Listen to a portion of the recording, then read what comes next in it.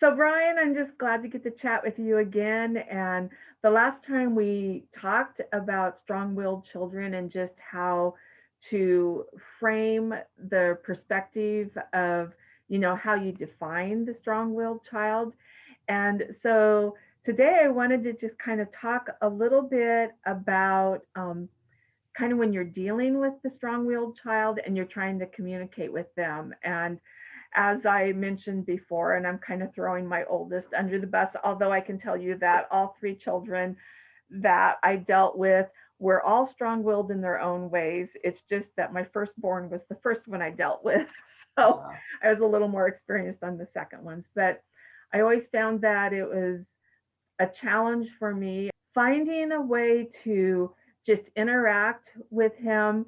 He really wanted power. He definitely was a child who liked power, and I always have really liked control. And usually power and control go kind of hand in hand, but I was able to find a way that I could give him power while I still felt like I had some control and stuff. But anyway, I was wondering if you had any advice about how to kind of mesh your personalities when because generally children take after their parents. So if they're a strong-willed child, they generally have parents who also have experienced that strong-willed personality somewhere along the line. It's like a mirror, isn't it? Yeah, yeah.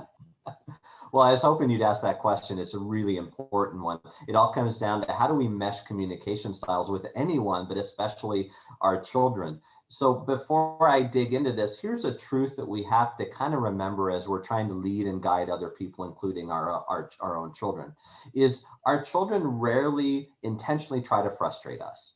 And as parents, we rarely go out of our way to try to frustrate our kids. What happens is we just have conflict, or we have differing communication styles, or something happens and we look at something differently and it causes frustration. We don't usually intend to, most people anyway, don't wake up in the morning and ask themselves, who can I tick off today? Most people don't do that. Most people just kind of want to survive and do well in life and get along. But sometimes things happen where we just don't get along. It's about how do we mesh communication styles. So there's one approach I'll share with everyone who's listening that's really powerful, and it comes from Dr. Gary Chapman. He wrote a book a number of years ago and did a number of research studies on something called love languages. Maybe we can link that in the description in the video. The love languages, Dr. Chapman theorizes or suggests there are 5 love languages, and I'll tell you what those are in a moment. But he says this: when we're trying to communicate love, affection, connection, rapport, when we're trying to get along with people, we do so in one of 5 primary love languages. And when we want to receive love, connection, rapport, we also do that through our primary love language. And on his website, you can actually take a survey, and there's a survey for children, there's a survey for teens, survey for adults, where you can help you identify. But here they are briefly. The first one is physical touch. Some of us, when we want to connect with someone, we want to physically be near them. Now, if I have a child who is always wanting to hug, always wanting to hold hands, always kind of want to be physically around me, that tells me that maybe this child's love language is physical touch. We're not talking romantic touch necessarily, we're just talking connection. So what this says is when this child wants to connect with me as an adult, they're going to do so physically. And when they want to receive connection, I do so physically by putting my arm around their shoulder, by holding their hand, by doing something physical, because that's the primary language they speak. Now, everyone appreciates love and touch in different ways.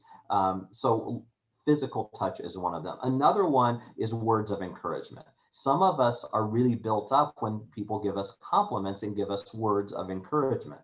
So if I have a child who's constantly coming to me and saying, Daddy, you're so smart, and giving me compliments, that might tell me this is a kid who likes to connect. He calls them love languages. Again, we're not talking romantic love, just connection, rapport, the connection you have with that other person. When they're doing so through words, that tells me that they also want to receive connection through words. So when I'm trying to lift up that child, I'm doing so through my words. Some kids are going to connect through touch. Some kids are going to connect through words. Now, this does not mean that a kid who connects through touch doesn't like to receive words of encouragement.